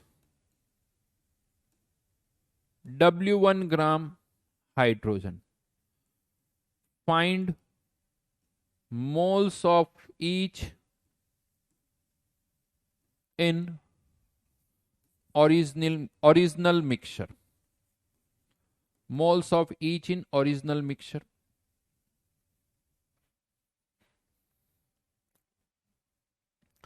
क्या करोगे, अब पहले तो सबसे पहले डिसाइड करो कि ये जो मेटल्स है ये HCl के साथ रिएक्ट करते हैं या नहीं करते। तो ये 9th-10th में आप पढ़ चुके हो कि कोई भी जो मेटल होता है वो एसिड के साथ जब रिएक्ट करता है तो हाइड्रोजन प्रोड्यूस होती है। ये भी मेटल है, ये भी मेटल है, तो ये दोनों ही HCl के साथ रिएक्ट करेंगे। तो सबसे पहला काम क्या करोगे, रिएक्शन लिखोगे। एल्यूमिनियम की भी HCl के साथ रिएक्शन होगी और मैग्नीशियम की भी HCl के साथ रिएक्शन होगी। कोई भी मेटल जब एसिड के साथ रिएक्ट करता है तो हाइड्रोजन प्रोड्यूस होगी, और एल्यूमिनियम की वैलेंसी 3 होती है तो AlCl3, और मैग्नीशियम की 2 होती है इसलिए MgCl2 और हाइड्रोजन। सबसे पहला काम रिएक्शन लिखनी होगी। रिएक्शन, युवराज अब तुम्हारा किसी कमेंट का मैं रिप्लाई नहीं करूंगा बेटा, तुम्हें क्या कहते हैं ना, एटिकेट सी नहीं पता है, तो इसलिए तुम्हारे किसी कमेंट का रिप्लाई नहीं करूंगा। तुम और लिखो बार बार, है ना, और लिखो तुम बार बार। तो रिएक्शन आपको सबसे पहले लिखनी होगी। धीरे धीरे देखो आपको रिएक्शन पता चल जाएगी, धीरे धीरे आपको रिएक्शंस जो है वो पता चलती जाएगी। वैसे कुछ रिएक्शंस ऑलरेडी पता है, बट अभी हमारा फोकस, मैं बड़ी सिंपल सी रिएक्शंस लूंगा, आपको सारी रिएक्शंस पता होगी तो उसकी टेंशन मत लेना। हाँ, रिएक्शंस लिख के उनको क्या करो, बैलेंस करो। तो अगर मुझे इसको बैलेंस करना है तो यहाँ पर एल्यूमिनियम तो 1 और 1 है, इसको 3 कर दिया तो ये 3/2, और यहाँ पर ये इसको 2 से बैलेंसिंग कर सकता। यहाँ एक सबसे कॉमन मिस्टेक क्या होती है वो भी बता देता हूं आप लोगों को। बहुतों को क्या लगता है कि मिक्सचर है एल्यूमिनियम और मैग्नीशियम जिसकी HCl के साथ रिएक्शन हो रही है, तो रिएक्शन ऐसे लिख देते हैं, aluminium plus magnesium plus HCl। ये ऐसे, ये गलत तरीका है। क्यों गलत तरीका है, क्योंकि एल्यूमिनियम जो है वो मैग्नीशियम के साथ रिएक्ट नहीं कर रहा है, वो मैग्नीशियम के साथ नहीं रिएक्ट कर रहा है, एल्यूमिनियम HCl के साथ कर रहा है अलग से, मैग्नीशियम HCl के साथ कर रहा है। अगर आप ऐसे लिखते हो तो इसका मतलब एल्यूमिनियम और मैग्नीशियम भी आपस में रिएक्ट कर रहे हैं, एल्यूमिनियम और मैग्नीशियम भी आपस में रिएक्ट कर रहे हैं, जो कि गलत है। जब तक एल्यूमिनियम है HCl है तब तक रिएक्शन होगी, जब तक मैग्नीशियम है और HCl है तब तक रिएक्शन होगी। तो कभी भी इस तरह से रिएक्शन नहीं लिखोगे। एल्यूमिनियम HCl के साथ अलग से रिएक्ट कर रहा है, उसकी रिएक्शन अलग लिखो। मैग्नीशियम HCl के साथ कर रहा है, अलग से लिखो। एक मिक्सचर के कंपोनेंट किसी और से अलग अलग ही रिएक्ट करेंगे। मिक्सचर के कंपोनेंट कभी आपस में एक दूसरे से रिएक्ट नहीं करते। मिक्सचर हम बोलते ही है, अगर इन दोनों का मिक्सचर है मतलब ये एक दूसरे के साथ रिएक्ट ही नहीं कर रहे। तो मिक्सचर के कंपोनेंट कभी एक दूसरे के साथ रिएक्ट नहीं करते हैं। तो पहला काम रिएक्शन लिखो ऐसे, एक और ये दो रिएक्शन। अब हमारे को क्या करना है कि इस मिक्सचर में बताना है कि एल्यूमिनियम कितना है और मैग्नीशियम कितना है। ये जनरल क्वेश्चन होता है कि W ग्राम में एल्यूमिनियम कितना है। जैसे कोई अलॉय आपको दे दिया कि यार इसमें एल्यूमिनियम भी है, इसमें मैग्नीशियम भी है, तो बताओ इसमें कितना एल्यूमिनियम है और कितना मैग्नीशियम है। अब क्या करना है यहां पर, तो यहां पर लिखो let the number of moles of aluminium equals to x. बहुत सारे स्टूडेंट्स क्या गलत करते हैं, उन्हें क्या लगता है W ग्राम दे रखा तो एक का X ग्राम, दूसरे का W माइनस एक्स ग्राम। मान सकते हो लेकिन ये अच्छा तरीका नहीं है। हम क्या मानेंगे, मोल्स मानेंगे। एक के मोल्स X तो दूसरे के moles Y। Let the moles of magnesium Y।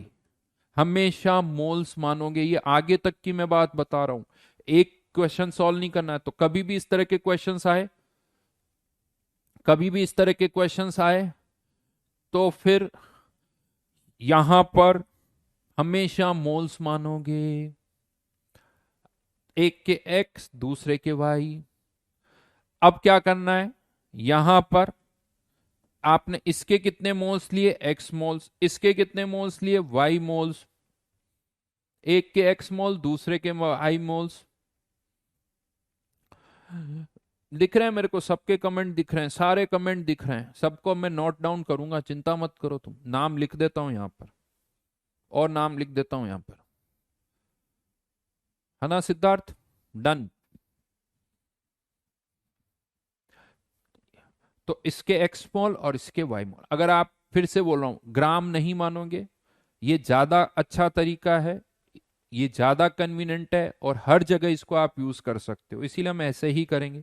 फिर क्या करो, सबके मोल्स यहां पर एक्स और वाई की टर्म्स में लिख दो। यानी अगर इसके एक्स मोल रिएक्ट करते हैं, ये सब रिएक्ट कर रहे हैं क्योंकि ये एक्सेस अमाउंट में है, तो इसके एक्स मोल के साथ इसके कितने रिएक्ट करेंगे, 3x। आफ्टर द रिएक्शन इसके एक्स प्रोड्यूस होंगे और इसके 3/2x प्रोड्यूस होंगे। इसके y मोल के साथ इसके 2y मोल्स रिएक्ट करेंगे, y के साथ 2y, 1 के साथ 2, और इसके y मोल से इसके भी y बनेंगे, और बैलेंस है तो इसके भी y बनेंगे। यानी सबके मोल्स लिख दिए हमने। ठीक है, तो यहां पर अब हमारे पास सबके मोल्स एक्स और वाई की टर्म में है। क्वेश्चन में आपको दो डेटा दे रखा है, W ग्राम और हाइड्रोजन कितनी प्रोड्यूस हो रही है, W1 ग्राम। यहां से अब हम इक्वेशन बनाएंगे। वेरिएबल हमारे पास कितने, अननोन हमारे पास कितने, एक्स और वाई। तो इक्वेशन भी हमें कितनी बनानी पड़ेगी, दो इक्वेशन बनानी पड़ेगी। दो इक्वेशन बनानी पड़ेगी, एक यहां से एक यहां से। कैसे, तो मिक्सचर में स्टार्टिंग में क्या था, एल्यूमिनियम और मैग्नीशियम। W ग्राम मिक्सचर था और हमने मान लिया कि उसमें एक्स मोल है और वाई मोल है, मतलब इसके एक्स मोल का मास और इसके वाई मोल का मास W के बराबर होना चाहिए। तो अब यहां पर मैं इसी को थोड़ा सा छोटा करके लिख रहा हूं ताकि थोड़ी जगह बच जाए। ये y, ये 2y, ये भी y और ये भी y। तो अब मैं यहां से एक इक्वेशन बना रहा हूं कि अगर इसके x मोल्स हैं, एल्यूमिनियम का एटॉमिक वेट होता है 27, तो इसके x मोल का मास कितना होगा, 27x। प्लस मैग्नीशियम के y मोल का मास कितना होगा, 24y। एक्स मोल का मास 27x, वाई मोल का मास 24y। ये एल्यूमिनियम का मास हो गया, ये मैग्नीशियम का, यानी स्टार्टिंग में अगर हम कह रहे हैं कि ये W ग्राम है और उसमें x मोल है, इसके y मोल्स है, तो इसके x मोल और इसके y मोल का मास किसके बराबर होना चाहिए? W के बराबर होना। भाई 100 किलोग्राम मैंगो और एप्पल है, तो ऑब्वियसली बात है मैंगो प्लस एप्पल का मास जो होगा वो इसके बराबर होगा। तो ये एक इक्वेशन तो बन गई यहां से। दूसरी इक्वेशन कहां से बनेगी? दूसरी इक्वेशन कहां से बनेगी? हाइड्रोजन का मास दे रखा है हमें यहाँ। तो हाइड्रोजन के कितने मोल्स है? 3/2 x। यहां से प्रोड्यूस हुए, यहां से हाइड्रोजन कितनी प्रोड्यूस हुई? y। तो टोटल हाइड्रोजन कितनी प्रोड्यूस हो गई? 3/2 x plus y. 3/2 x plus y. इतनी हाइड्रोजन क्या हो रही है? प्रोड्यूस हो रही है।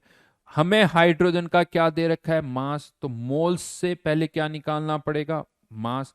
तो ये किसका मास हो गया? इंटू टू करते ही हाइड्रोजन के मोल्स इंटू टू हाइड्रोजन का मास इक्वल्स टू W1। ये हो गई इक्वेशन नंबर 2।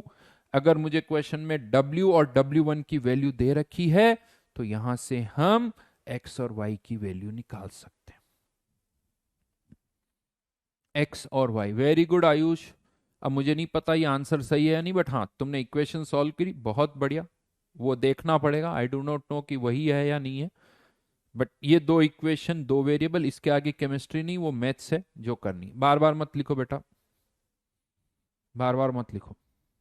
तो इस तरह से हमेशा इक्वेशंस बनानी हैं। अब मैं इसी पर एक क्वेश्चन दे रहा हूं आप लोगों को, ठीक है?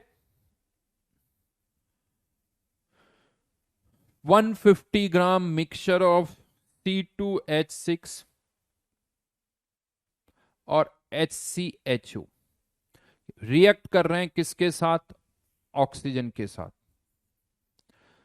कोई भी कार्बन जो होता है ना, जब वो ऑक्सीजन के साथ रिएक्ट करता है तो CO2 और हाइड्रोजन किस में कन्वर्ट हो जाता है? H2O। तो ये मैं रिएक्शन आपको बता रहा हूं, लेकिन नेक्स्ट टाइम अब आप इस तरह से कोई भी कंपाउंड हो, C2H6, C3H4 या C3H8, अगर इसकी ऑक्सीजन के साथ रिएक्शन होगी तो प्रोडक्ट क्या बनेगा? CO2 plus H2O।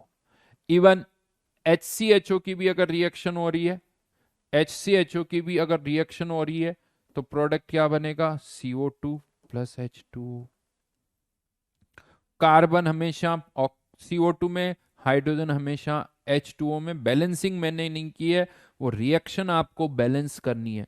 तो यहां पर इस ऑक्सीजन की इसके साथ भी रिएक्शन हो रही, ऑक्सीजन की इसके साथ भी रिएक्शन हो रही। करना क्या है, अब आपको इसको सॉल्व करना है। तो मान लो इसके x मोल्स हैं और इसके y मोल्स है।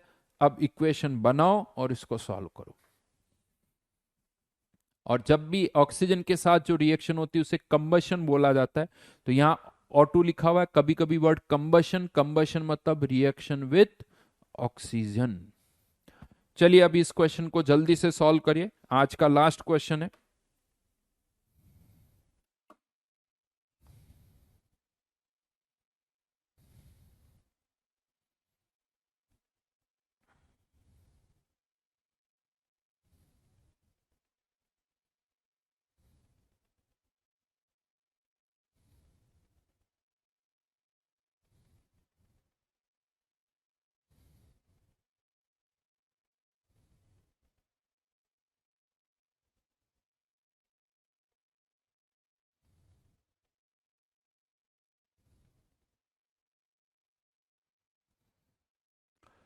करिए करिए, जल्दी से करिए।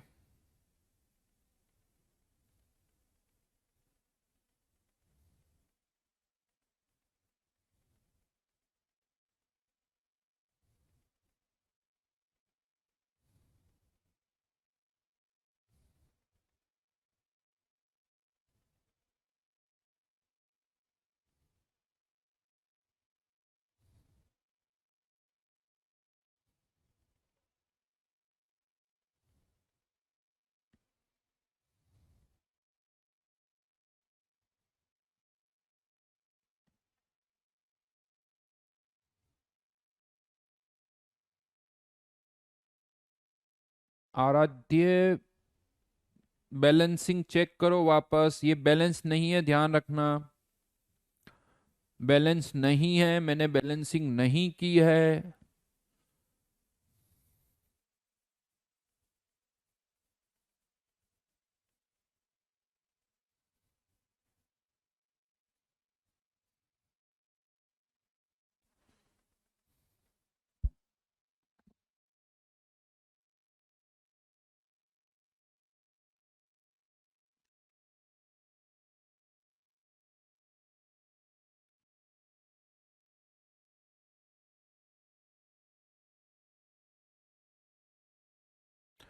बैलेंसिंग अगर हम करें तो यहां पर ये 2 टाइम्स, ये 2 टाइम्स, क्योंकि 2 कार्बन है, 6 हाइड्रोजन है, तो ये 3 टाइम्स। तो ऑक्सीजन टोटल इधर कितनी होगी, 4 + 3 7। तो इसीलिए यहां पर 3.5।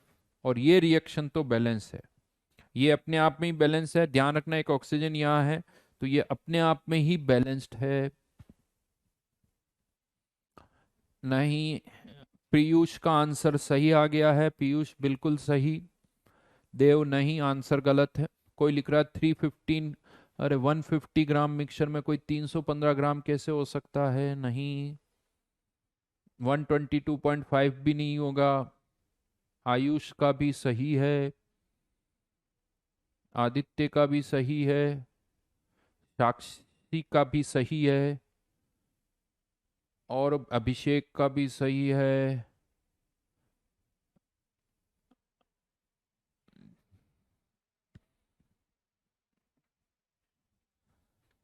रिएक्शन को मैंने बैलेंस करके भी लिख दिया।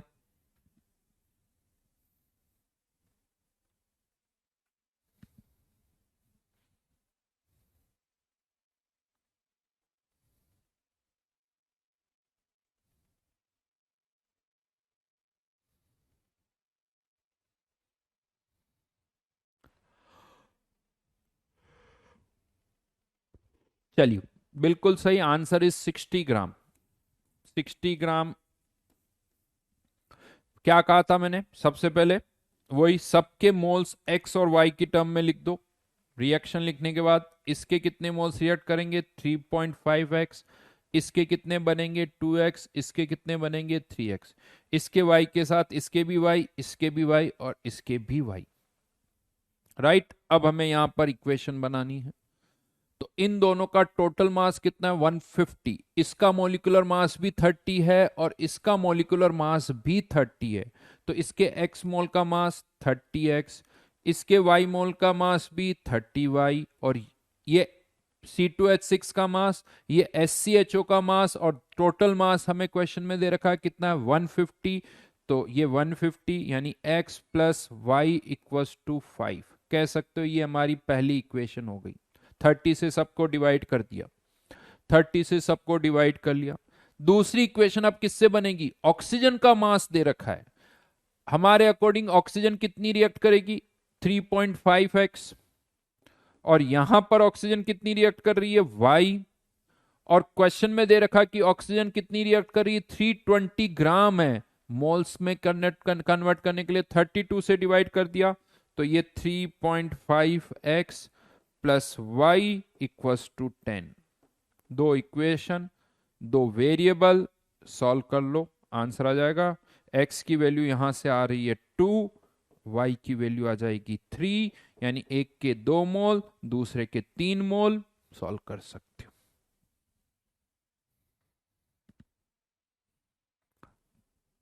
सब बैलेंस है बेटा, ढंग से देखो, लिखने से पहले थोड़ा सोचो कि बैलेंस नहीं है, लिखने से पहले 4 बार सोचो।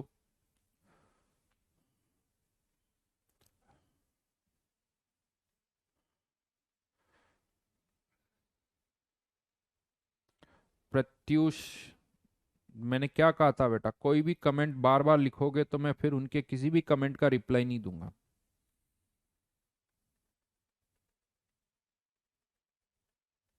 उनके किसी भी कमेंट का रिप्लाई नहीं होगा, ये सब नाम लिखते जा रहा हूं मैं यहाँ पर। बड़ा शौक है ना तुम्हें बार बार। फिर सोचना 32 से डिवाइड क्यों किया, बहुतों को अभी पता ही नहीं चलता मोल क्या है, मास क्या है। मोल अलग चीज होती है। मोल की इक्वेशन बनाऊंगा तो दोनों तरफ मोल लिखूंगा, मास की इक्वेशन बनाऊंगा तो दोनों तरफ मास लिखूंगा। तो कभी मोल से इक्वेशन बन रही है, ये भी ग्राम है, ये भी ग्राम है, तो ये भी ग्राम है। लेकिन ये मोल्स है, ये मोल्स है, तो ये भी क्या आएंगे, मोल्स आएंगे। तो ये सोचो, मोल्स दोनों तरफ या तो मोल्स होंगे या दोनों तरफ मास होंगे। तो आंसर आ गया, इसके 2 मोल, इसके 3 मोल, यानी 60 ग्राम। और ये हो गया 90 ग्राम, यानी 60 और 90। चलिए अब मैं होमवर्क दे रहा हूं। तो लास्ट क्लास में हमने 20 O1 में 25 तक कर लिया था। तो अब उसके आगे O1 में 26 से लेके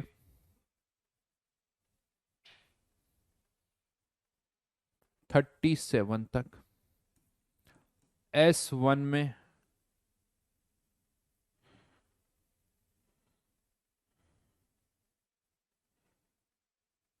28 से लेके 34 तक। ये नेक्स्ट क्लास में हम डिस्कस करेंगे। मैं भी फोटो ले लेता हूं ताकि मुझे भी याद रहे, नहीं तो बहुत बार पूछना पड़ता है क्या दिया, है ना। 11th क्लास के लिए।